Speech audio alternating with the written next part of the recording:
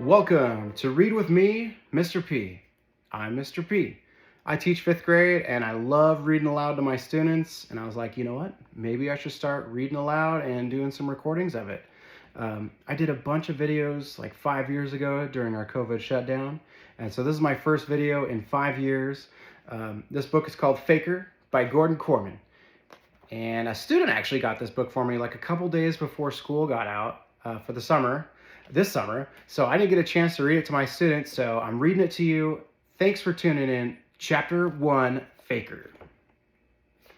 The dog is enormous. A purebred Great Dane, every inch a champion. His coat is a silvery gray, thick and shiny. His name is Lord Gladstone, who Dad says was a British Prime Minister from way back in the day. That makes sense, because the one word that describes this animal is dignified. His massive head is held high, reaching all the way to my shoulder and almost up to Dad's.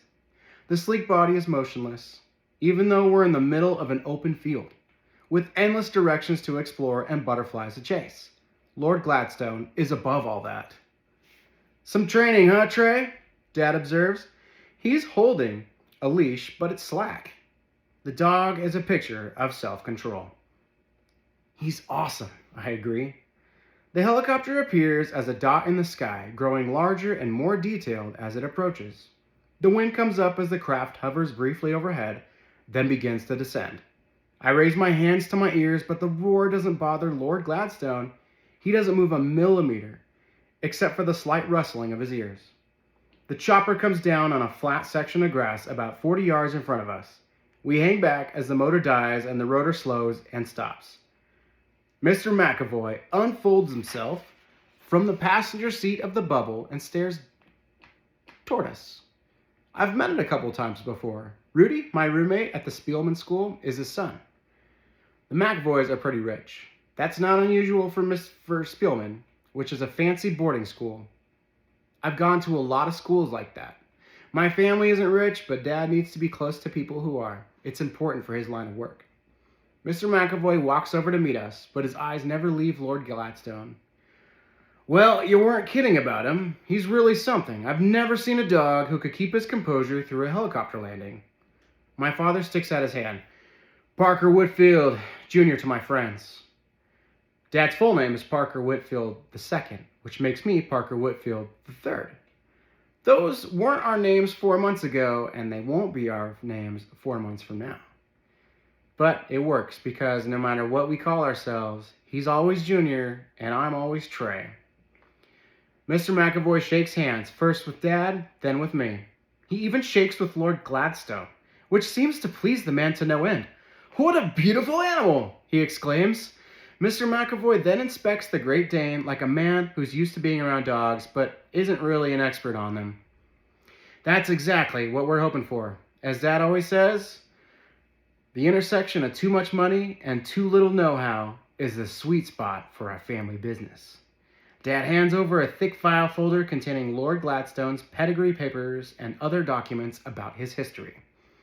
Mr. McAvoy skims through the papers. I've had dogs my whole life, but I can't say I'm familiar with the show circuit. Seems like a solid investment, though? Dad nods confidently. There are prizes to be won for sure, but the real money will come in breeding fees once he's a champion.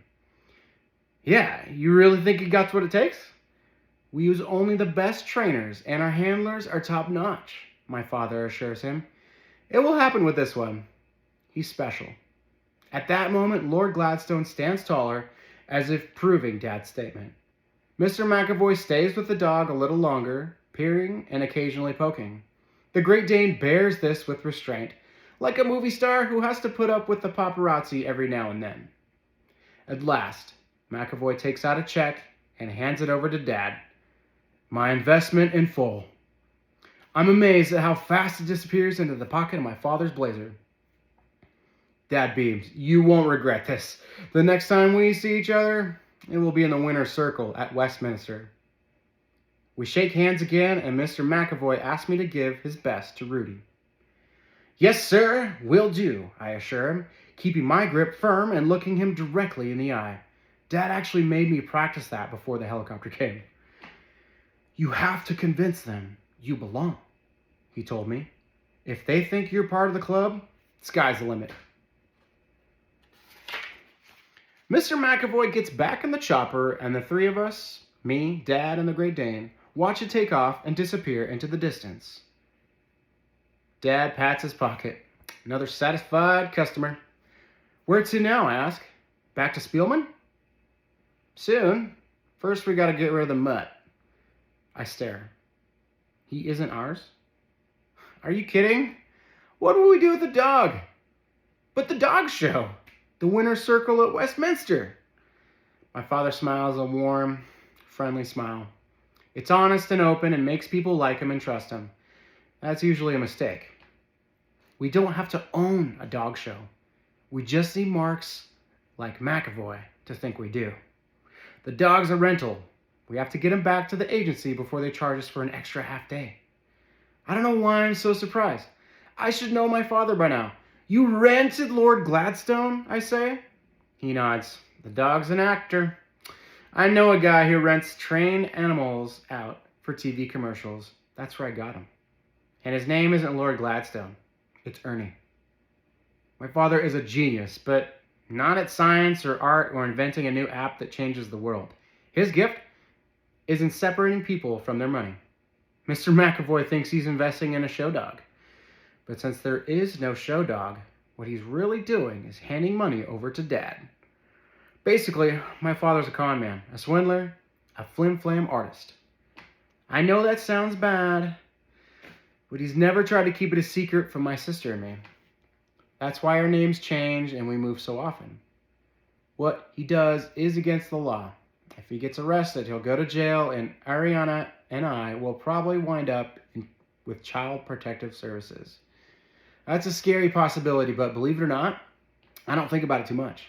Dad is good at what he does, and that includes being good at not getting caught. When a scheme is over, we move on. Arianna and I don't question it because it's the only life we've ever known. It's not for everybody. Our mother couldn't hack it, and that's why she went on her own way shortly after Arianna was born. I barely remember her. And Arianna never knew her at all. Dad is all the family we've ever needed. He looks after us when we're sick and puts Band-Aids on scraped knees. Maybe he doesn't bake our birthday cakes, but he always remembers to order them. We haven't been neglected. We've always been happy kids. There are other words for con man. Crook, thief, criminal. But I never think of Dad that way. If you win on Jeopardy, nobody thinks you're being sleazy because you used your brain to make money. Besides, Dad only takes money from people who have tons of it. Guys like Mr. McAvoy, who ride helicopters because they consider themselves too important to waste time in traffic. That's why I'm always sent to fancy private schools like Spielman. It's to meet rich kids with rich parents and introduce them to my dad. Marks, he calls them. It sounds better than victims. And anyway, they can afford it. Dad opens the door and Lord Gladstone obediently crams himself into the back seat of the car. Even though I know the truth, I can't bring myself to think of him as Ernie. Most dogs hang their heads out the window and drool into the breeze, but not him. He sits up straight on the floor, his huge head reaching almost as high as the dome lamp. He sure looks like a real champion, I comment. My father laughs. Of course he does. Attention to detail. That's everything in this business. These are the moments I love the most, when it's just the two of us, and Dad's telling me some of the tricks of his trade. It's unspoken, but I'm definitely going to be his partner one day. So it's important for me to learn how he thinks. Plus, we don't get to spend a lot of one-on-one time together since I'm always away at boarding school. On the way back to Spielman, we veer into an outer suburb of Boston and drop Lord Gladstone off at a small building with a sign reading, Critter Stars, Furry and Feathered Talent. Dad takes the Great Dane in and settles up with the guy he knows. That's another thing about my father. He always knows a guy who can provide exactly what we need at exactly the right time. It's kind of Dad's superpower. The Spielman School is less than an hour away, but it might as well be in another world. Picture Little Red Riding Hood's grandmother's place, only instead of a house, somebody built a whole campus of stately red brick buildings with lead-paned windows. Dad always pauses at the wrought iron gates to drink in the panorama of New of old New England prep school charm. To the outside world, he looks like a parent who is puffed up with pride that he can send his son to this storied place of learning. In reality, he's breaking his arm, patting himself on the back, that he has an in with the place where practically everybody is rolling in money. As a Spielman parent, my father is like a fox with an all-access backstage pass to the henhouse, and that access is me. We pull up to the Ralph Waldo Emerson dormitory where I share a room with Rudy. "Home, sweet home," Dad announces cheerily. I'm not so happy. The only downside of boarding school is I don't get to spend that much time with my family. I miss my dad. And it's never a bad idea to keep an eye on my kid sister. She has kind of a wild streak. "I guess I won't be seeing you for a while," I say ruefully. He seems surprised. "What are you talking about? I'm picking you up at 3 o'clock tomorrow. Stuart Atwell's father wants to buy in." I've got him on the hook for 60% of Lord Gladstone. "Didn't you just sell 50% to Mr. McAvoy, I ask?" He grins at me.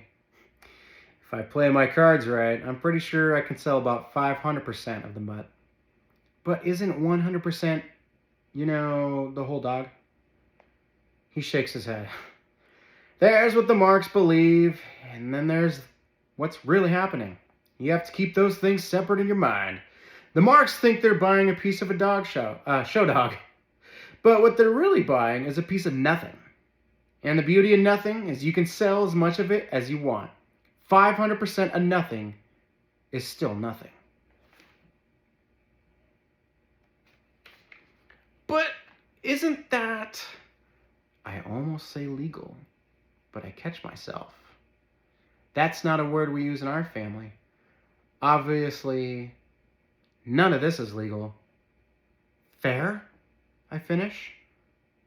"Of course it's fair. The investors want to make money. I want to make money. We're all in this for the same thing. What could be fairer than that? But to make it happen, you have to be smart." I regard him in admiration. He is smart. That's how he puts food on the table for his family and can pay for expensive schools like Spielman. In my opinion, the life lessons I've learned from Dad are a more important education than anything I've learned in even the fanciest academies. I get out of the car and shut the passenger door behind me. "Got it. Thanks, Dad." He does offer one piece of advice before he drives off. If any of your friends start talking about a certain Great Dane around the dorm, do me a favor and change the subject. The last thing we need is these rich kids comparing notes about Daddy's latest plaything. And that was chapter 1 of Faker. Thank you for joining with me, Mr. P. Catch you on the next chapter.